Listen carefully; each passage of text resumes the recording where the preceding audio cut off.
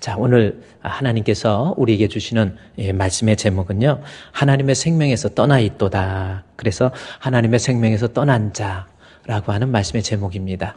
한번 생각해 보세요. 하나님의 생명에서 떠난 자, 이게 무슨 뜻일까요? 한번 생각해 보시고요.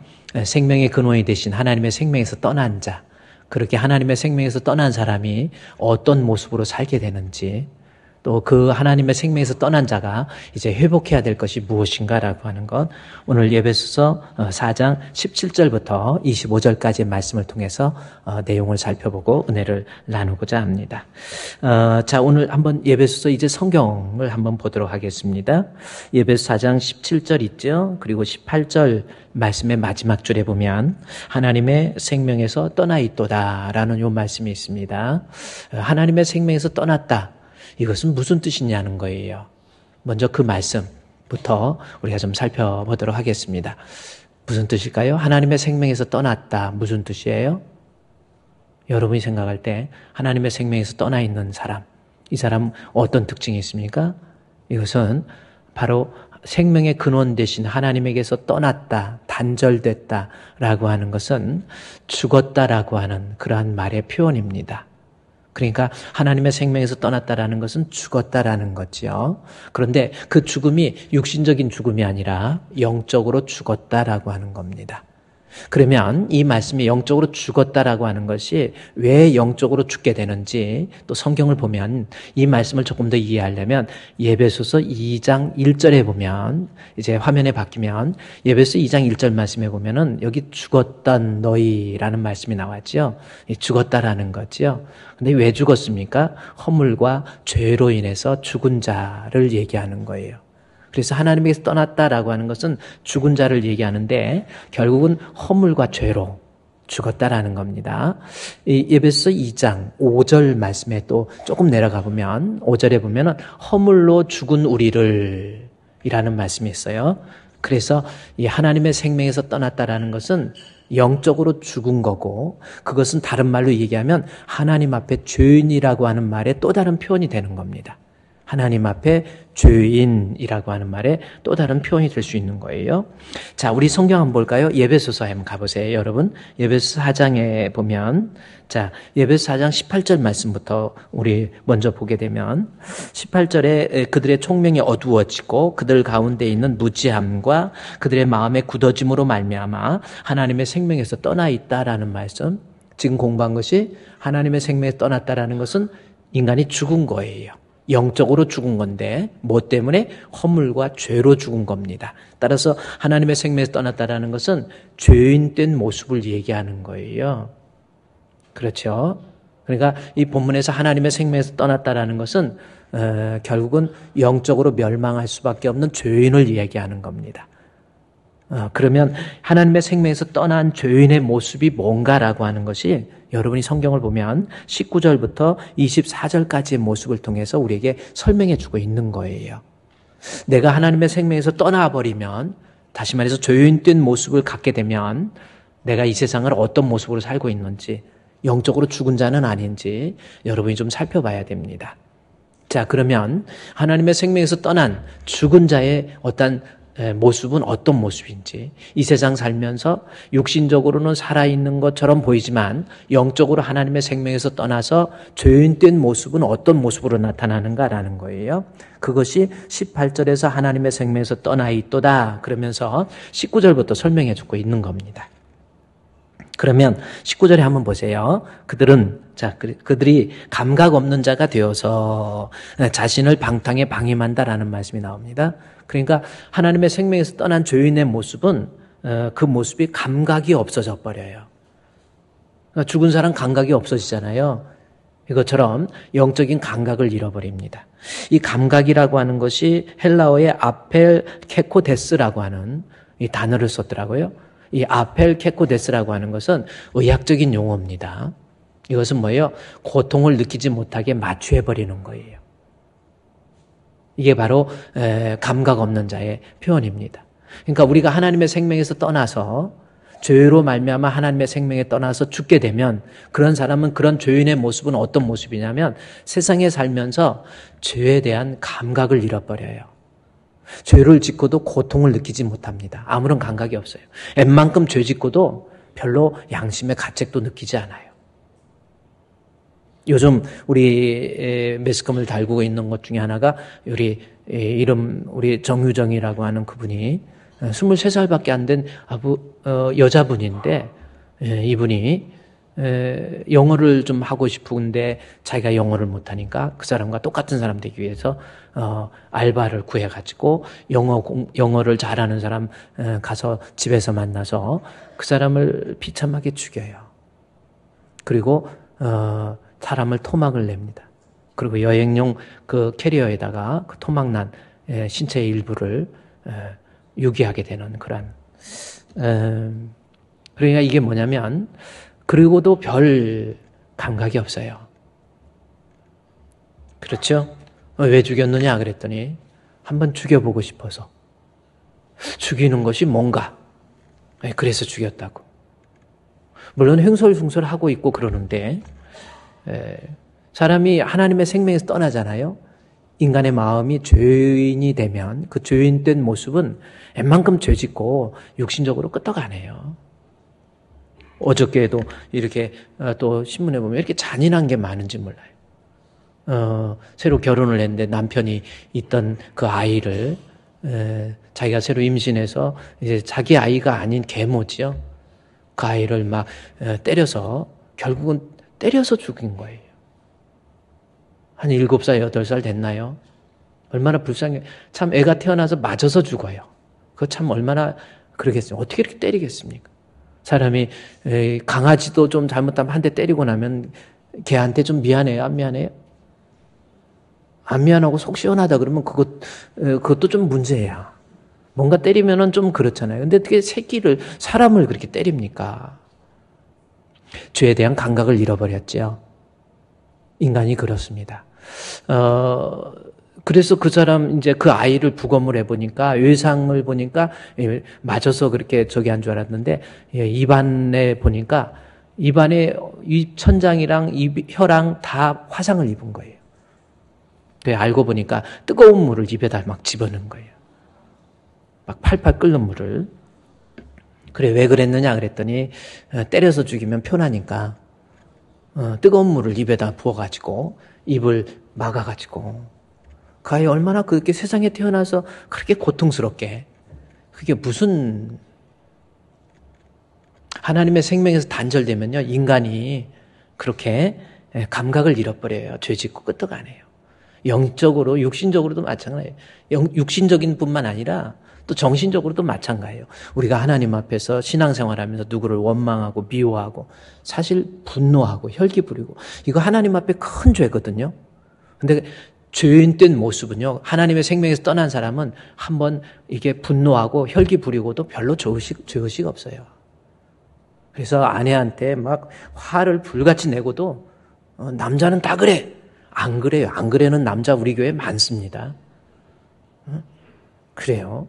막 이런 것도 죄의식이 없는 거예요. 막 구박하고 힘들게 하고 가정에서 남편으로서 아내 힘들게 하고 눈물 나게 하고도 거기에 대한 죄의식 아무것도 아닌 걸로 뭐 그럴 수도 있다 이렇게 생각해버려요. 이게 사실은 하나님의 생명에서 내가 단절되니까 이 죄인된 모습으로서의 이 마음의 이 강팍함 그것이 이 방탕으로 나타나는 거거든요. 감각을 잃어서 그러는 거예요. 정신적인 그러한 미움이나 이런 것뿐만 아니고 영적으로도 마찬가지예요. 하나님 앞에 내가 불충한 거, 그 중에서 예배를 소홀히 한 거, 하나님 앞에 여러분 큰 죄입니다. 근데 별로 감각이 없어요. 하나님의 생명에서 떠나면 예배 빠지고 뭐 그까지고 뭐 시간 되면 드리고 말면 많은 거 아니에요. 감각을 잃어버린 거예요. 사무엘상 2장 17절 말씀해 보면은 하나님 앞에 큰 죄 중에 영적인 죄 중에서 이 소년들의 죄가 여호와 앞에 심히 큰 죄라고 그랬어요. 어떻게 이렇게 큰 죄인가 하고 성경을 봤더니 저들이 여호와의 하나님 앞에 드리는 제사를 멸시했어요. 우습게 앓은 거예요. 뭐 드리게 되면 드리고 말면 말고. 애가 피곤하다면 그래 오늘 그냥 쉬어. 뭐 친구 만나 그래 만나. 이 하나님 앞에 이게 영적으로 얼마나 큰 죄인가를 인식하지 못하는 거예요. 그게 왜 그런지 아십니까? 감각을 잃어버린 거예요. 그렇죠? 아펠 케코테스라고 하는 거, 어떤 무감각화되어 가지고 고통을 느끼지 않습니다. 마취돼 버린 거예요. 죄에 마취돼 가지고 세상을 살으면서 영적으로, 정신적으로, 육신적으로 죄에 대해서 무감각해지다 보니까 살아가는 모습이 두 가지로 나타나지요. 2장 19절 말씀에, 이 에베소서 4장 19절 말씀에 그들이 감각 없는 자, 무감각화되니까 죄인 뜬 모습이 어떤 모습이에요? 방탕에 방임해 버리는 거예요. 이 방탕하다라는 거죠. 죄 짓고 싶은 대로 다 죄 짓는 거예요. 죄에 대한 심각성 깨닫지 못하고 그것이 얼마나 무서운가, 지옥에 대해서 얼마나 심각한가 그런 거 별로 인식 안 합니다. 그냥 내가 살고 싶은 대로 살아버리는 거예요. 이게 하나님의 생명에서 떠난 죄인 뜬 모습이에요. 이 사실에 대해서 창세기에서는 이 본문은 에베소서 4장에 있는 말씀은 창세기 6장에 하나님의 심판을 도저히 피할 수 없는 그때 당대의 상황을 그려놓은 내용이 있습니다. 그것이 창세기 6장 11절에 있는 말씀이에요. 6장 11절 말씀해 보니까 그 땅에, 그때의 온 땅이 하나님의 심판을 받을 수밖에 없는 그때입니다. 온 땅이 하나님 앞에 부패와 포악이라는 두 가지 단어로서 이야기하고 있어요. 여기서 포악이라고 하는 것이 방탕에 방임하는 거예요. 사람이 잔인해져요. 포악해져요. 웬만큼 죄짓고 별 느낌도 없고 감각도 없어져 버리는 겁니다. 하나님에게서 떠나면 이렇게 감각 없이, 그래서 사람이 포악해, 악해져요. 인정사정도 없어요. 기본적으로. 이게 바로 결국 또 앞에는 또 부패라고 난 거죠. 이 창세기 6장 11절 이 부패, 결국은 부패와 포악으로 인해서 6장 13절 말씀해 보면 하나님 앞에 심판을 피할 방법이 없다라는 거죠. 하나님 그들을 땅과 함께 멸하리라. 노아에게 말씀, 노아의 홍수를 통해서 그때 당대의 사람들이 어때요? 하나님의 생명에서 떠나니까 죄인 뜬 모습이 어떻게 삽니까? 포악해지죠. 그것을 에베소서에서는 방탕으로 받은 거고요. 그 다음에 육신적으로 점점 부패해져요. 이것이 에베소서에서 에베소 4장 한번 볼까요? 에베소 4장 22절 말씀해 보면 뭐라고 그랬습니까? 그들의 하나님의 생명에서 떠난 죄인의 모습이 19절에서는 방탕이 나오고 그 다음에 22절에서는 너희는 유혹의 욕심을 따라서 썩어져가는 구습이라고 표현하고 있어요. 여기서 썩어져가는 사람이 되는 거예요.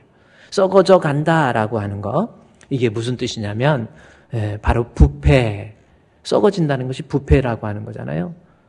썩어져 간다라는 거. 그러니까 하나님에게서 떠나면 내가 하나님에게서 떠난 죄인의 모습은 자꾸 부패하게 돼요. 썩어져 가게 돼요. 그런데 이 썩어져 간다라고 하는 것이 무슨 뜻이냐면, 이 부패가 무슨 뜻이냐면 창세기 6장 11절에서 한번 말씀을 보십시오. 창세기 6장 11절에서 온 땅이 하나님 앞에 포악은 아까 방탕으로 이 바울이 에베소 4장에서 받았다고 한다면 이 부패는 썩어져 가는 것을 부패로 받아들이고 있는 거거든요.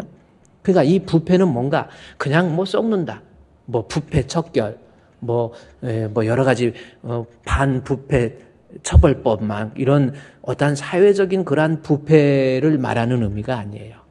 여기에서 사용된 이 부패라고 하는 단어는 뷔페가 아닙니다. 이 부패라는 단어는 6장 3절에 나와 있어요. 무엇을 얘기하는가 볼까요? 하나님에게서 내가 떠나면 나는 여호와께서 이르 나의 영이 영원히 사람과 함께하자. 하나님이 떠나버렸잖아요. 하나님의 생명에서 하나님 영이 하나님이 떠나버린 거예요. 그랬더니 사람이 어떻게 죄인 뜬 모습이 됩니까? 점점 그들이 육신이 되었다라는 말씀이 있습니다. 육신이 되었다라는 것이 무슨 뜻이냐면 우리의 육신은 썩습니다. 부패하게 돼 있어요. 세월이 가면은 살아있을 때는 죽지 않았기 때문에 후패한다고 하고 죽은 다음에는 부패해서 썩습니다. 그것을 얘기하는 거예요. 따라서 본문에서 부패했다라고 하는 것은 육신적으로 되었다라는 뜻이에요. 그러니까 부패는 무슨 뜻이에요? 썩어져 간다, 부패한다 무슨 뜻이에요? 점점 육신화된 거예요. 그러니까 노아의 심판을 피할 수 없는, 노아의 당대의 심판을 피할 수 없는 6장 11절 말씀에 보면 결국 사람이 왜 심판을 면할 수 없는 불쌍한 사람이 됐냐면 사람이 하나님에게서 떠나니까 포악해졌지요. 그 다음에 부패, 무슨 뜻이라고 그랬어요? 점점 육신적인 것, 육신화돼 버리는 거예요. 인간은요, 보이지 않는 영혼이 있고 육신이 있는 겁니다. 보이지 않는 영혼, 인간은 혼자 영혼 떠나가면 이 육신은 썩습니다. 사람의 존재가 뭐예요? 영혼이 있고 육신이 있어요. 그렇죠? 보이지 않는 영혼이 보이는 육신보다 더 중요합니다. 생각해 보세요. 보이지 않는 것보다는 보이는 것보다는 보이지 않는 것이 더 중요해요. 예를 들어서 육신적으로 보이는데 병들면 이런데 병들고 뭐 피부병 같은 거 있으면 어느 정도 할 수 있지만 속에 병들면 내부 장기에 병들면 그것이 더 심각한 거예요. 육신적인 것보다도 더 중요한 것이 사람이 보이지 않는 영혼이에요. 육신적인 것은 잠깐이고 보이지 않는 것은 영원한 거예요. 이것이 우리 인간의 실존이란 말이에요. 우리는 육신과 영혼이 있는데 더 중요한 것은 영혼인데 그럼에도 불구하고 육신을 입고 살아가면서 이 사람이 영적인 거에는 별 관심이 없고 그저 육신적인 거에만 관심을 갖는 것, 그게 바로 부패한 사람의 모습이에요. 내가 하나님의 생명에서 떠나면 영적인 거는 별 관심 없고 그냥 육신적으로 세상에 가서 돈 많이 벌면 출세하면 내가 잘 되면 세상에서 인정받으면 그것이 내가 잘 되는 것으로 착각을 해버린단 말이에요. 절대로 잘 되는 것이 아닙니다. 다 잃어버려도 내가 영적으로 예수 안 잃어버리면 그 사람이 복 있는 사람이에요. 할렐루야. 그저 세상에서 좀 돈 좀 있다고 폼 잡고 다니고 조금 배웠다고 꺼드럭거리고 다니고 그거 불쌍한 사람이에요. 영적으로 죽어가는 거에 대해서는 별 관심이 없어요. 영적으로 병든 거에 대해서는 별 관심이 없어요. 그게 무서운 겁니다. 육신적으로 병들면 어떡하지 이거 어떡하나 막 고민을 하는데 영적으로 병든 거에 대해서는 별로 관심 없어요. 그냥 그런가 보다 해버려요. 그게 인간이 하나님의 생명에서 떠난 죄인의 모습이에요. 여러분은 인생을 살면서 한번 생각해 보세요. 영적인 것을 얼마만큼 생각하고 영적인 것 때문에 얼마만큼 울고 웃습니까? 고린도후서 8장에 보면 하나님의 뜻대로 하는 근심에 대해서 나와요. 내 영적인 상태를 놓고 내가 이렇게 세상적으로 막 물질적으로 부자 되는 것보다 영적으로 부자 되는 것 소망하고 있습니까? 내가 좀 더 영적으로 좀 부자가 되고 영적으로 하나님 앞에 막 좀 가까이 나가고 이런 거에 대한 관심은 전혀 없어요. 이게 바로 하나님의 생명에서 떠난 인간의 모습이라고 하는 겁니다. 예배서 4장에 이제 다시 보십시오. 우리가 성경을 보면 결국 4장 18절에서 하나님의 생명에서 떠난 이 사람은 죄인이라고 그랬죠. 하나님의 생명에서 떠난 죄인된 우리의 모습은 19절에 감각을 잃어버려서 세상을 살면서 방탕하게 되고 그 다음에 22절에 육신화되는 거예요. 영에 대한 것보다는 육신적으로 자꾸 치우쳐버리는 거예요. 이게 바로 하나님 떠난 인간의 모습입니다.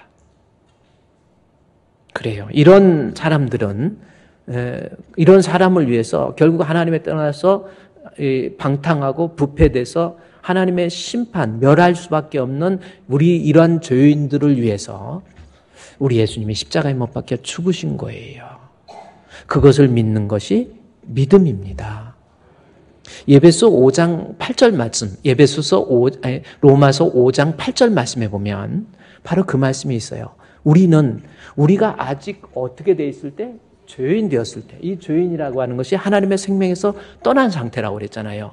그러다 보니까 살아가면서 사람이 포악해지고 방탕하고 방탕에 방임하고 그 다음에 부패해가고 썩어져 가면서 영적인 거에 대한 관심보다는 육신적인 거에만 관심을 쏟는 그러한 모습이 죄인입니다. 이러한 죄인을 위해서 그리스도께서 우리 예수님이 우리 죄를 위해서 십자가에 못 박혀 죽으신 거예요. 이것을 믿는 것이 믿음입니다. 예수 믿으세요. 나 같은 죄인을 위해서 우리 예수님이 십자가에 못 박혀 죽으셨다라는 거죠. 그래서 우리가 말로만 믿음이 아니라 한 번쯤 내가 하나님 앞에 정직한 믿음을 가졌다고 한다면 내가 얼마나 하나님 앞에 나는 감히 하나님 앞에 고개를 들 수 없는 죄인인데도 불구하고 우리 하나님께서 나 같은 것을 위해서 십자가에 못 박혀 죽으시다니 생각하면서 때로는 죄 때문에 마음 아파하기도 하고 우리의 입술에서 웬 말인가 날 위하여 주 돌아가셨나. 이 벌레 같은 날 위해 큰 해 받으셨네. 그러한 고백도 나오는 거, 그게 믿음이라니까요. 그렇죠? 우리 예수님 노아의 심판 때 결국 멸망할 수밖에 없어요. 부패와, 그렇죠? 포악으로 말미암아, 그렇죠?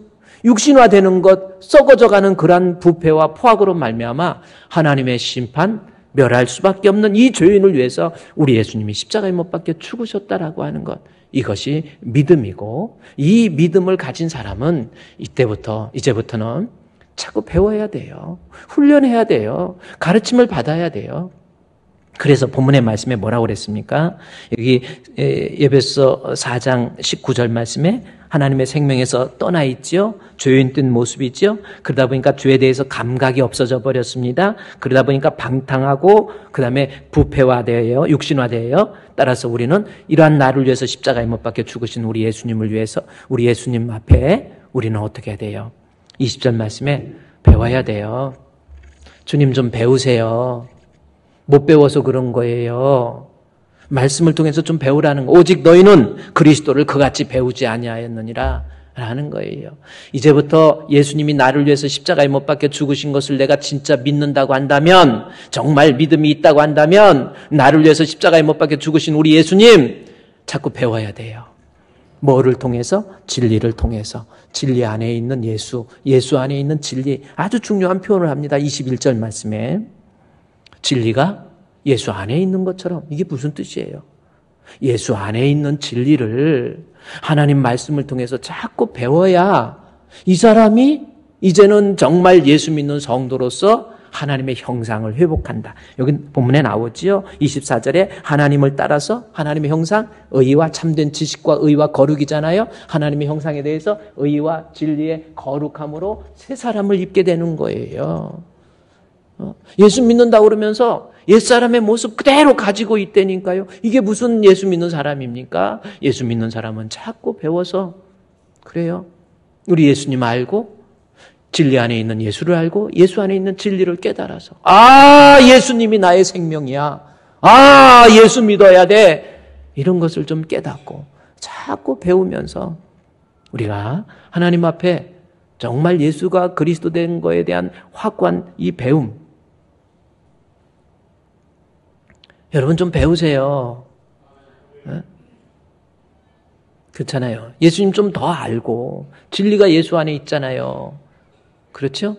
예수님 안에 있는 진리를 배우고 진리 안에 있는 예수를 또 배우고, 그래서 예수도 알기 원함은 크고도 넓은 은혜와 대속해 주신 사랑을 간절히 알기 원하네.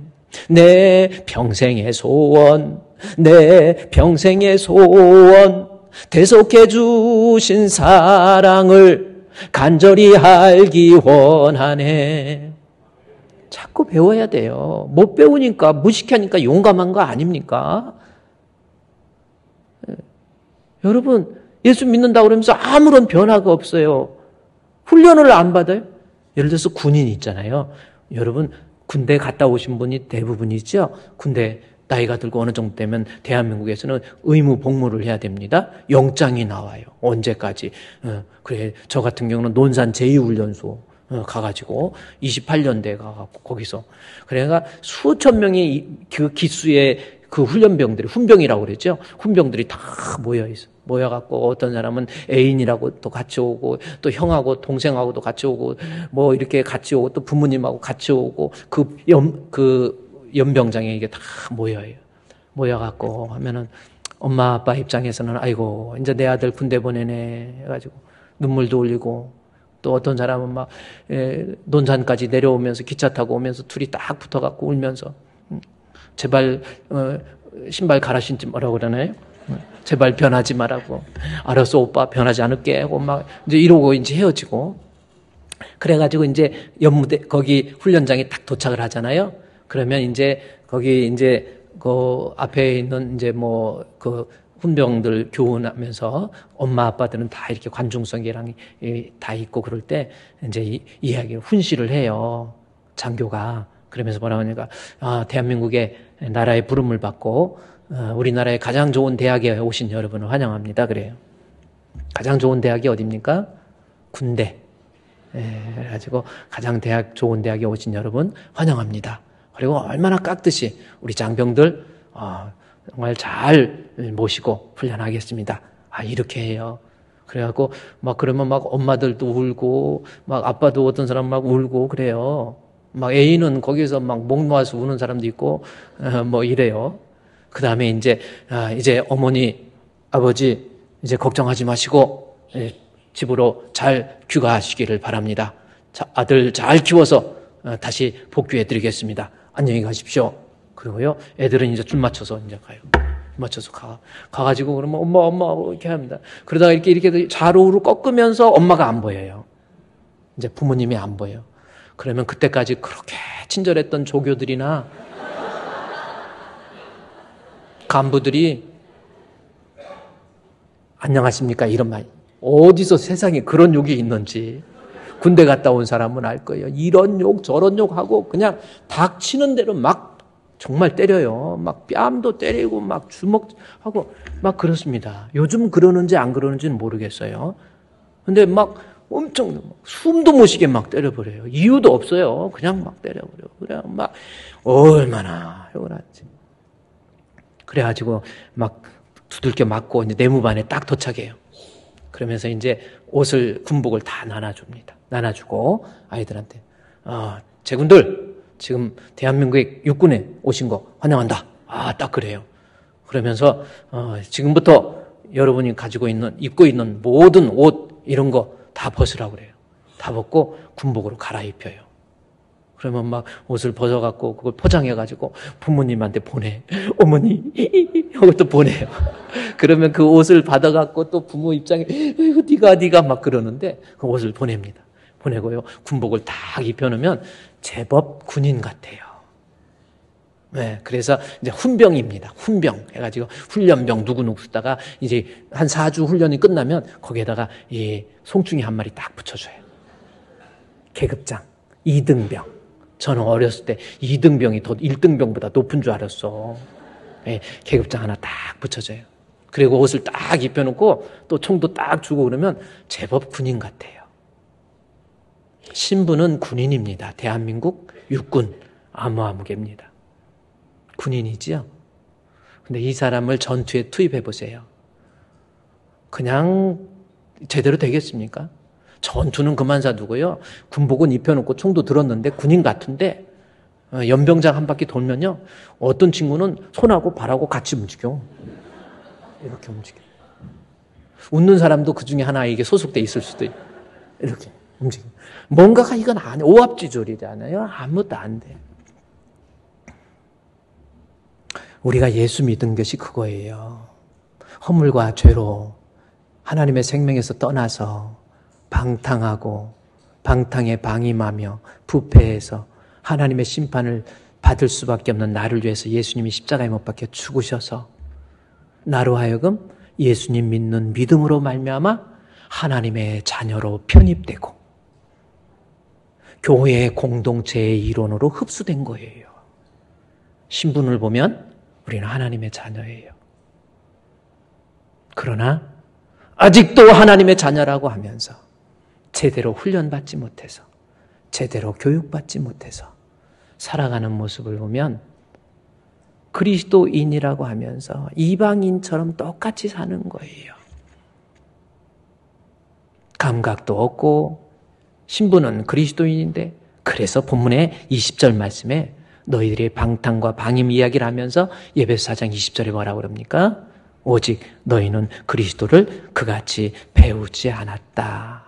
잘못 배워서 이런 현상이 일어난다 이거 아닙니까? 그래서 예수님이 나를 위해서 십자가에 못 박혀 죽으신 것을 안다고 한다면 자꾸 배워야 돼요. 말씀 배워야 돼요. 예배 시간 왜 빠집니까? 자꾸 참석해서 하나님 말씀 자꾸 들었어요. 주님의 말씀 받고 말씀을 통해서 이 진리 안에 있는 예수님 발견하는 거예요. 그렇죠? 우리 예수님 알고 나를 대속하신 주님의 은혜도 깨닫고 자꾸 배우는 거예요. 그 말씀을 통해서 우리 주님이 내게 주시는 그 기쁨과 평강이라는 거 어떻게 생각하십니까? 하나님 말씀 통해서 내 안에 나 같은 죄인을 위해서 우리 예수님이 십자가에 못 박혀 죽으시다니 하나님 감사합니다. 눈물이 변해서 이제 기쁨과 감사가 돼요. 주님 앞에 간증하고 말씀을 배워서 우리 예수님이 나의 구주인 것을 깨닫게 되면 이제 훈련병에서 이제는 병사가 되고 어느 정도 다 훈련받으면요 우리의 모습에서 예수님의 모습이 그대로 우러나오는 거예요. 지금 바울이 에베소 4장에서 그 이야기를 하는 거예요. 너희가 그 은혜를 인하여 믿음으로 말미암아 구원받았는데 아직도 그리스도를 제대로 배우지 못하고 말씀 제대로 배우고 말씀을 통해서 제대로 훈련받아야 돼요. 제가 목회를 하면서 느끼는 것 중에 하나가 예배 드릴 때 설교할 때 저는 그러죠. 원고를 가능한 안 보려고 노력을 많이 해요. 왜 그렇습니까? 목회자가 설교하면서 성도들이 눈을 안 보면 딴 데 눈길 돌리더라고요. 그래서 눈을 바라보면서 저하고 자꾸 눈이 마주치면 내가 해찰한다라는 걸 알고 있으면 돼요. 해찰하지 못하게 하려고 눈 시선으로 꽉 잡아놔야 돼 이거를. 그래서 시선을. 그런데 시선이 중요한데 설교 시간에 자는 분이 계십니다. 존다고 표현해야 되죠. 제가 꼭 성가대를 얘기하는 건 아니야. 우리 교회 성가대를 얘기하는 거 가운 입고 조는 사람 중이죠. 가운 입고. 이게 아주 대놓고 표현한단 말이에요. 오늘은 지금 안 조는데 이 가운 입고 대놓고 졸아버려요. 그러면 피곤하니까 그런다. 우리가 얼마든지 그렇게 픽스업을 하게 우리 생각을 할 수 있잖아요.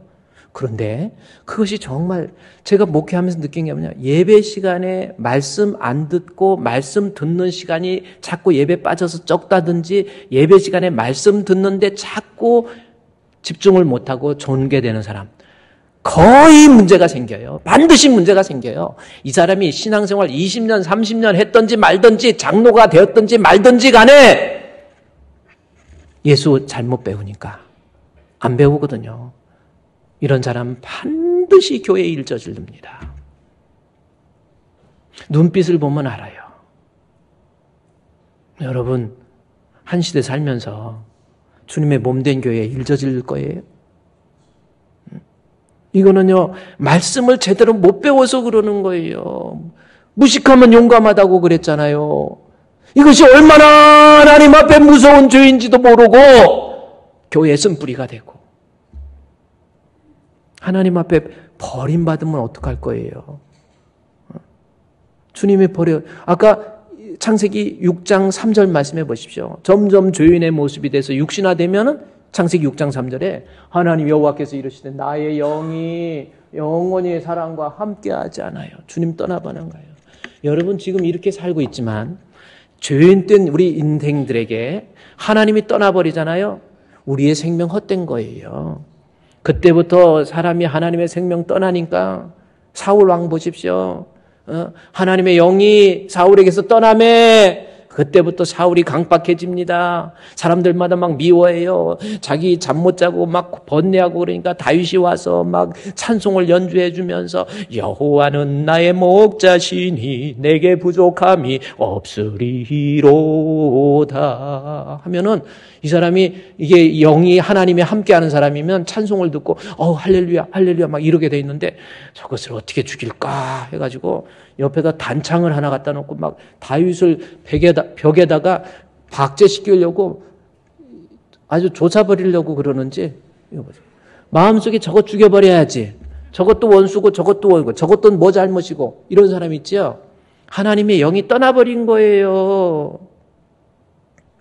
하나님의 영이 떠나버리니까 막 다윗도 죽이려고 그래요. 나중에 정신적으로 막 번뇌해가지고 막 잠을 못 자고 막 돌아다니고 막 난리예요. 또 잠을 못 잤다니. 그럼 나 버렸나요? 갱년기로 못 자는 것도 있고 너무 그렇게 하나님이 버려버리니까 막 떠돌아다녔다고 성경에 보면 그대로 떠돌아다니면서 막 떠돌아다니면 비가 오는데 밖에 나고 바바바바바바바바바바바 막 이런 영화 있잖아요. 하나님의 영이 버려버리면요 정신적으로 미쳐버리고요 육신적으로도 자식 그렇게 이 요나단과 같이 좋은 자식도 아버지 때문에 비참해지잖아요. 하나님 떠나가 버려요. 제가 종종 얘기했지만 그래서 이 사울이 비참하게 망하는 거를 그 후대에 있던 다윗 왕이 본 거예요. 그래서 다윗도 죄를 졌어요. 이거 큰일 났다 해가지고 나단 선자를 통해서 깨닫고 난 다음에 다윗이 뭐라고 하는지 아세요? 눈물로써 침상을 적시면서 주여 우솔초로 나를 정결케 하옵소서 주여 나의 죄 용서해 주시옵소서 하면서 다윗이 좋아하는 물 가지고 날 씻든지 불 가지고 태우든지 내 몸과 다 닦으사 정결하게 하옵소서. 할렐루야! 다윗이 그렇게 회개하면서 마지막 기도 제목 딱 넣어요. 뭔지 아세요? 하나님! 우리 선대왕 사울을 보니까 하나님 떠나면 큰일 나지요. 주의 신만은 내게서 거둬가지 마세요. 하나님 떠나가 버리니까. 그래서 성령 내게 거두지 마세요. 성령 내게 거두지 마세요. 나중에 그렇게 이야기하잖아요. 여러분, 우리가 하나님 앞에요. 주님으로부터 버림받으면 제대로 배우세요. 하나님 말씀을 통해서 예수가 에베소서 4장 20절 너희는 그와 같이 그리스도를 그와 같이 배우지 아니하였느냐. 잘 배우라는 거지요. 뭡니까? 뭘 배워요? 21절 진리가 예수 안에 있는 것처럼 진짜 진리는 예수 안에 있습니다. 예수 안에 있는 진리를 배우세요. 예수 믿어야 천국 갑니다. 예수 믿어야 천국 가요. 예수님을 더 알고 예수님 발견하고 예수님 깨닫고 주여 주님은 나의 구주이십니다. 주님은 나의 생명이십니다. 할렐루야. 이 예수를 알고 제대로 훈련받아서 이제 좀 군인다운 군인 돼야지. 어떻게 예수 믿는다고 하면서 이건 제대로 이거는요 아니에요. 벌써 딱 스치기만 해도 그 영성 느껴지지 않습니까? 우리 예수님 나를 위해서 나 같은 죄인 살리기 위해서 십자가에 못 박혀 죽으셨다고 말로는 믿는데 아직 제대로 훈련 못 받아가지고 아직은 우리 주님 앞에 진정한 성도가 아니고 어떻게 말하는 것도 그렇고 행동하는 것도 그렇고 교회에서 신앙생활하는 것도 시간 아깝지요. 돈 아깝지요. 내가 뭐 하려고 해. 그거 아닙니까?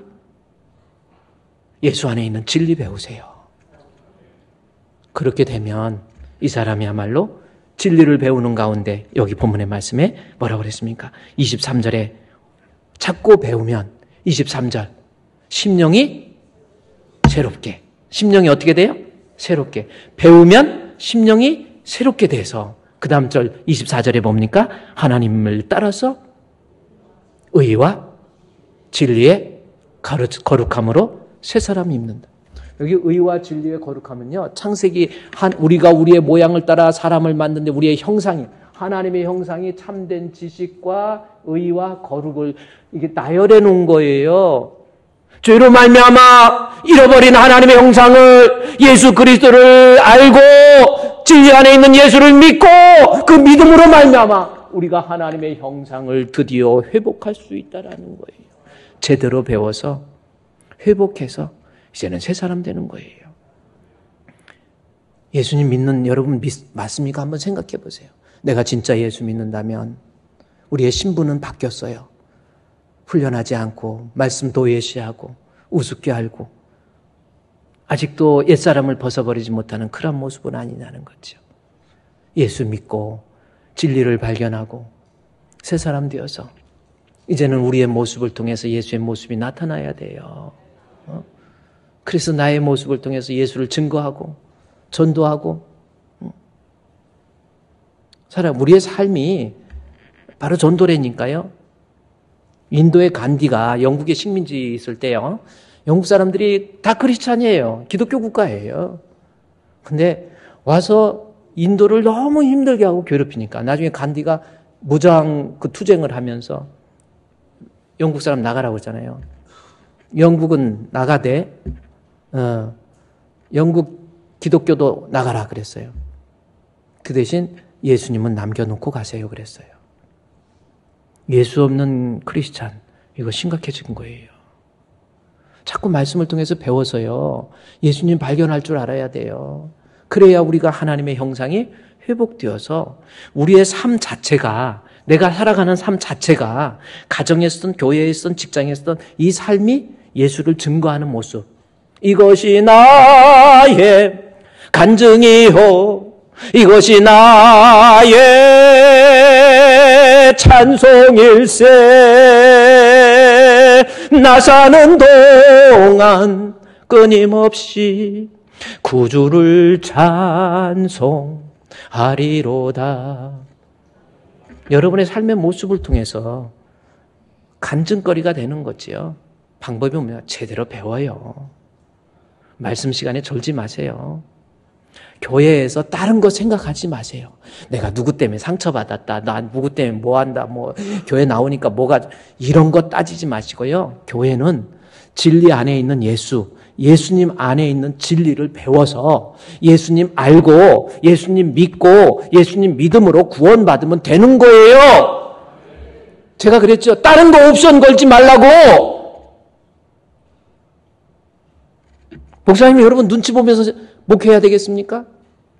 제대로 가르쳐서 천국 보내야지요. 못 배워가지고 무식해가지고 지 맘대로 신앙생활하는데 아직도 옛사람의 모습을 벗지 못하는데 그걸 그냥 놔둡니까? 자꾸 가르치고 훈련해야지요. 예수 그리스도를 제대로 배워서 24절 말씀에 하나님을 따라서 의와 진리의 거룩하심으로 지으심을 받은 창조된 원래의 인간 새 사람 되시기를 주의 이름으로 축원드립니다. 그러면 제대로 배워서 새 사람 되는, 즉 하나님의 형상이 회복되는 모습이 어떤 모습인지 25절부터 나와 있는 거예요. 자, 이제 에베소서를 바울이 계속해서 전개해 가고 있죠. 에베소 4장 18절에서 하나님의 생명에서 떠나 있기 때문에 죄인 뜬 이 사람들은 세상에 살면서 감각을 잃어버려서 방탕하고 방임하고 또 유혹의 욕심을 따라서 22절에 육신화돼 버리고 세속적이고 육신적이고 물질적인 그러한 썩어져 없어져 버릴 육신만을 위해서 살아가는 그러한 사람, 결국 심판받을 수밖에 없는 이 인생들을 위해서 우리 예수님 십자가에 못 박혀 죽으시고 그것을 믿는 것이 믿음이기 때문에 우리는 이 땅에 살면서 예수님 제대로 배워서 이제는 예수 그리스도를 통하여 믿는 믿음을 통해서 하나님 앞에 새 사람 되라고 하는 것. 이것이 지금 바울이 에베소 4장을 통해서 우리에게 이야기하면서 그 구체적인 모습이 뭐냐면 25절입니다.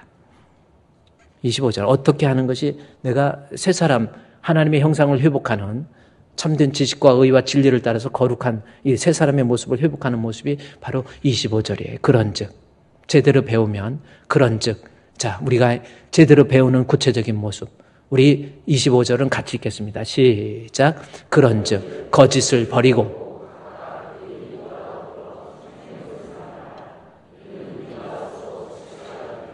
아멘. 자, 그러면 이 말씀을 이제 해석을 해봅시다. 이게 무슨 뜻일까요? 무슨 뜻인지 잘 해석하는 것은 어떤 의미냐면요. 성경에서 이 본문을 기록할 때, 이 저자 이 바울이 어떤 의도를 가지고 이 성경을 기록했는지, 그것을 어떤 문자적인 의미에서도 파악하고, 영적인 의미에서도 파악하고 역사적인 배경 속에서도 파악해서 입체적으로 조명해서 거기에서 던져주시는 하나님의 그 말씀을 우리가 찾아내는 거, 이게 성경 해석하기에서 제일 중요한 모습이거든요.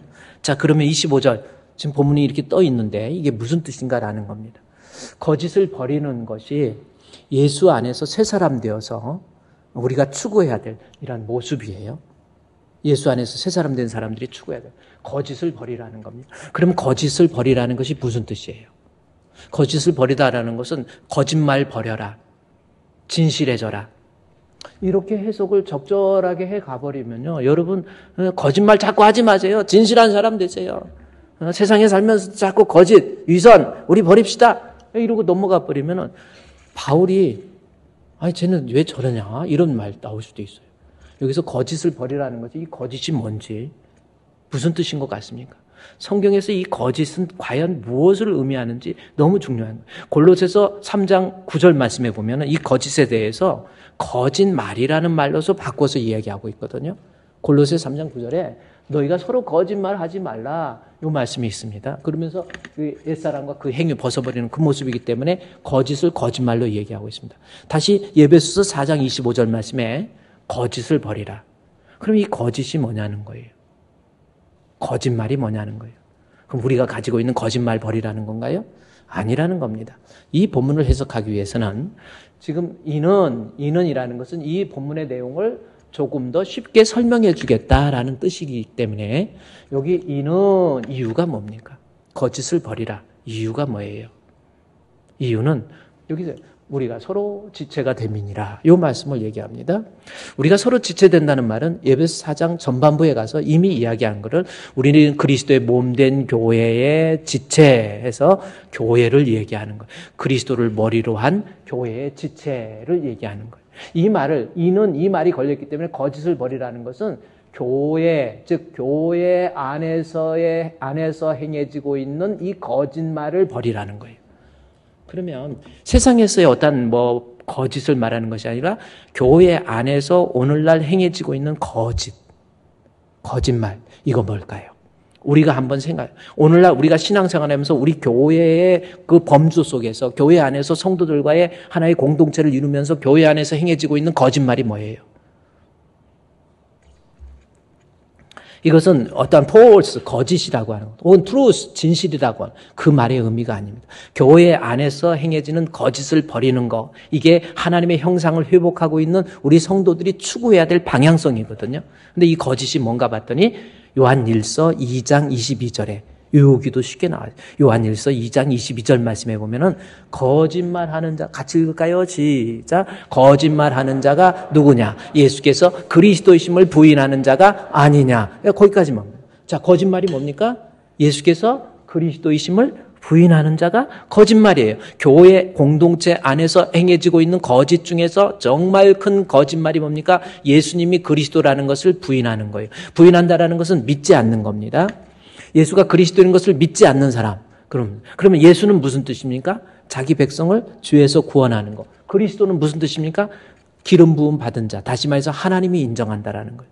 그러니까 우리 예수님은 어떤 분이냐면 우리 죄로부터 나를 구원해 주실 자. 그게 예수의 뜻이고요. 예수 그리스도라는 말은 왜 묻냐면 나를 죄에서 구원해서 사망에서 영생으로 지옥에서 천국으로 옮겨 주실 분은 우리 예수님 이분이다라고 하는 것을 하나님이 인정한다라는 뜻이 그리스도라는 뜻입니다. 하나님이 내 죄의 문제를 해결해서 나를 지옥에서 천국으로 사망에서 영생으로 옮겨주시는 분은 하나님이 인정하는 분은 우리 예수님 한 분밖에 안 계세요. 석가모니 그리스도, 석가 그리스도 이런 말 합니까? 안 해요. 제가 언니가 너무 센 거짓말은 해도 못하게 돼 있는 거야. 석가모니가 막 적당히 자비도 베풀고 뭐하고 해갖고 극락 양생 막 얘기하다가도 그런 것도 해요. 그런데 해도 너무한 거짓말. 석가모니를 하나님이 인정 안 해요. 석가 그리스도는 하나님이 인정한다는 뜻이에요. 문선명 그리스도 있습니까? 문선명이 지가 예수님이 십자가에 못 박혀 죽으시는데 힘들어서 중간에 돌아가셔 버렸기 때문에 다 완성을 못해서 내가 완성해야 된다. 문선명 그리스도 있습니까? 그리스도라는 말 못해요. 정명석이 JMS 있잖아요. 정명석 그리스도 아니에요. 누가 그리스도냐? 이단 이거 다 아무도 우리의 죄를 구원해 주실 메시아로 인정하는 것은 예수님밖에 없어요. 나의 죄를 씻기는 할렐루야 예수의 피밖에 없네. 다시 성케하기도 예수의 피밖에 없네. 아멘? 그래서 거짓말은 뭐예요? 예수님이 하나님이 인정하는 그리스도, 나의 구주라고 하는 것을 부인하는 자, 믿지 않고 교회 공동체에 있는 사람. 다시 에베소 4장 25절. 무엇이 거짓말입니까? 예수께서 교회 안에서 예수님이 그리스도라는 것을 믿지 않고 신앙생활하는 사람. 믿음도 없으면서 교회 다니는 사람. 하나님 말씀 제대로 배워서 진리가 예수 안에 있는 것처럼 예수 안에 있는 진리를 배워서 예수님을 나의 구주로 진짜 믿는 성도 되라는 거예요. 뭐 신앙생활 20년 30년 했다고 믿음 아니요. 그 거짓 버리라는 거예요. 20년 30년 해도 믿음 없는 사람이 있어요. 포문 다 잡고 다니죠. 장로 됐다고 다 믿음이 있습니까? 천만의 말씀입니다. 아, 저 사람은 장로 자격 없어. 차라리 치리에 하는 것이 더 좋아. 이런 분도 있는데요. 믿음 없는 사람 많습니다. 목사도 마찬가지예요. 믿음 없는 사람 많아요. 밥만 잘 먹고 목사가 되고 막 그런다고 그러잖아요. 응? 목사도 믿음 없는 사람이에요. 어제 우리 바자회하고 우리 장종택 우리 목사님이 간증 겸 찬양하시고 옛날부터 쭉 간증하면서 찬양하고 해가지고 마지막에는 예수를 믿는 하나님의 심판을 생각하면서 예수 믿는 믿음을 얘기하더라고요. 그러면서 거기에서 그분이 간증할 때 하시는 말씀이 있어요. 어떤 내용이냐면 이제 여러분도 죽고 저도 죽잖아요. 다 죽었어. 어느 집사님도 죽어서 이제 천국에 갔는데 천국에 가서 이제 예수님이 보좌에 딱 앉아 계시다가 죽은 사람이 올 때마다 다 이렇게 예수님 앞에서 오고 그러는데 어떤 사람이 하나 죽었고 탁 올라오니까 예수님이 보좌에서 일어나셔가지고 막 달려가가지고 어우 반가워 하면서 막 이렇게 참 막 이러시더라는 거예요. 안아주면서 막 반갑다고 그래서. 근데 그분이 가만히 보니까 자기가 섬기던 교회 목사님이더래요. 담임 목사님이 오시니까 그냥 예수님이 직접 가서 막 안아주고 그러더래요. 그래가지고 이 사람이 좀 섭섭했대요. 아니 예수님 여짜오되 한번 물어보겠는데 예수님 우리 세상에 살면서 그래도 목사님은 막 대접도 받고 막 이러는데 아니 천국에서까지 예수님 이렇게 사람 차별하세요? 목사님이라고 그렇게 막 뛰어나와가지고 맞이하고 막 부둥켜 안고 그러냐고 해도 너무하신다고. 그랬더니 예수님이 그러더래요. 뭐 꿈에는 얘기겠지. 아이 네가 좀 이해해라. 워낙 목사의 타이틀을 가지고 있는 사람이 오는 사람이 없어가지고 오래간만에 만나니까 오래간만에 그래서 너무 반가워가지고 나도 놀랬다. 그래가지고 그 성도가 마음이 편안해졌다는 리빙 내전 살아있는 전설이 된 거예요. 그래요, 여러분 우리 거짓 버려야 돼. 목사님도요 거짓 버리고 그렇죠? 우리 성도들 정말 거짓 버리세요. 우리 예수님 나를 위해서 십자가에 못 박혀 죽으셨다고 말로만 고백하니까 제대로 못 배우니까 그러는 거예요. 자꾸 말씀을 통해서 우리 거짓된 신앙 버려야 된다라는 겁니다. 그러면 이 거짓된 신앙은 어떻게 하면 버릴 수 있을까? 어떻게 하면 나도 진짜 예수 믿을 수 있느냐는 거예요. 그 방법 없을까요? 우리 성도들 지금부터 시작해도 됩니다. 내가 어떻게 하면 진짜 나 예수 믿지? 나 믿음도 없이 막 교회 다니고 폰만 잡고 다니고 이거 아니고 진짜 예수 믿을 수 있는 방법 없나요? 있지요. 로마서 10장 17절 말씀에 간단합니다. 믿음은 들음에서 나며 들음은 그리스도의 말씀으로 말미암느니라. 간단한 거예요. 믿음은요, 구원 얻는 믿음은 하나님 말씀을 통해서 생기는 거예요. 그렇죠? 그래서 믿음은 들음에서 나며 들음은 누구의 말씀? 그리스도의 말씀으로 말미암느니라. 그러니까 여러분, 우리 남편, 우리 아내 자꾸 믿음 안 되죠? 아니에요. 말씀 안 들어서 그러는 거예요. 말씀 열심히 듣는데요? 얼마나 몇 년 동안 얼마나 신앙생활 잘했는데요? 아니, 그러면 말씀 분명히 중요한 것은 하나님의 말씀을 들으면 믿음은 생깁니다. 아멘. 근데 중요한 것은 말씀을 전할 때 그리스도의 말씀을, 여기 말씀은 말씀인데 무슨 말씀? 그리스도. 우리 주님이 그리스도가 빠진 말씀으로 잘못 교육받아서 믿음이 없는 거예요. 내가 왜 믿음이 없습니까? 말씀 듣는데 말씀 잘 듣긴 듣는다 하더라도 말씀을 전하는 목회자가 있어서 주님 없는 복음을 전하고 있는 거예요. 이거 심각한 겁니다. 주님 없는 복음. 존 메가더 목사님이 쓴 책입니다. 여러분이 한번 이 책 주님 없는 복음이라는 책이에요.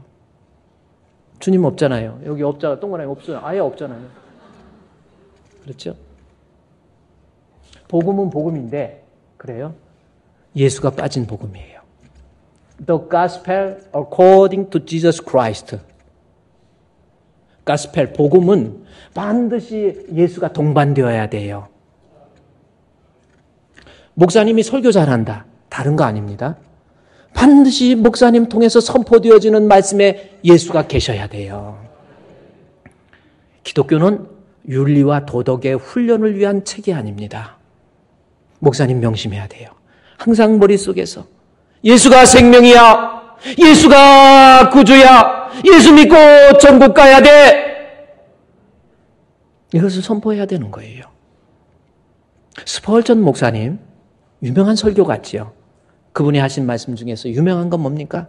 요한복음 3장 16절 하나님이 세상을 이처럼 사랑하사 독생자를 주셨으니 이는 저를 믿는 자마다 멸망하지 않고 영생을 얻는다.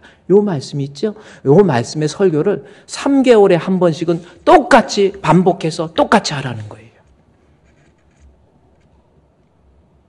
예수 없는 말씀 선포 의미 없다는 거예요. 저도 설교 저도 짧게 하면 짧게 할 수 있어요. 그렇게 너무 무시하지 마요. 얼마나 짧게 할 수 있습니다. 그런데 저는요, 어떤 분은 반복하는 것 같지만은 반복해도 다른 입장에서 자꾸 교정해서 결국 예수가 우리의 생명이라는 것을 입체적으로 조명하는, 문자적으로만 해석해 갖고 전달하는 게 아니에요. 이 문자를 통해서 저자가 말하고자 하는 의도도 알아야 되고 이것의 역사적 배경, 어떤 의미 속에서 이 말씀이 이렇게 발현된 거에 대한 것도 알아야 제대로 설교하는 거 아닙니까? 복음 빠져버리고 인기몰이 파퓰리즘에 빠져가지고 목사가 사람들 궁중심리에 빠져가지고 쇼하고 다니는 사람들이 얼마나 많은데요. 우리 한국교회 코로나 이후에 제대로 세워지기 위해서는요, 말씀 선포되어지는 이 강대상에서 주님 없는 복음, 이거 빨리 해결해야만이 우리 성도들을 주님 있는 성도로 만드는 거예요. 주의 일 한다고 하면서 일은 잘하는데 주님이 없어요. 이거 아닙니까? 그게 거짓말입니다. 예수가 그리스도의 되심에 대한 믿음이 없어요. 진리가 예수 안에 있는데도 제대로 진리를 배우지 못하니까, 말씀을 제대로 못하니까, 못 배우니까 자꾸 예수에 대한 신앙이 없는 거예요. 에베소 4장 25절 말씀 보십시오. 우리는 제대로 배워서 그런즉 우리 주분교회 성도들 거짓 버립시다. 방법은 뭡니까? 예수님 배우세요.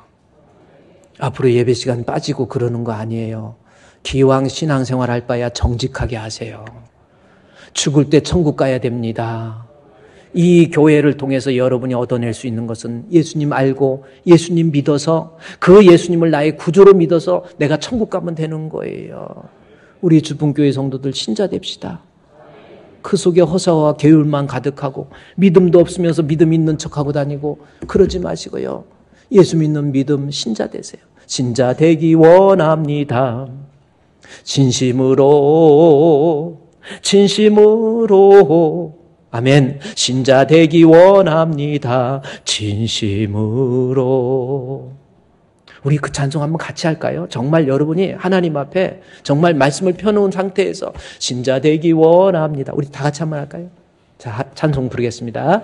신자 되기 원합니다. 진심으로 아멘. 진심으로 신자 되기 원합니다. 아멘. 진심으로 진심으로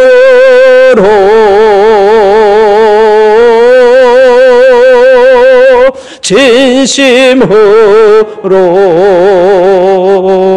아멘. 신자 되기 원합니다. 진심으로 아멘.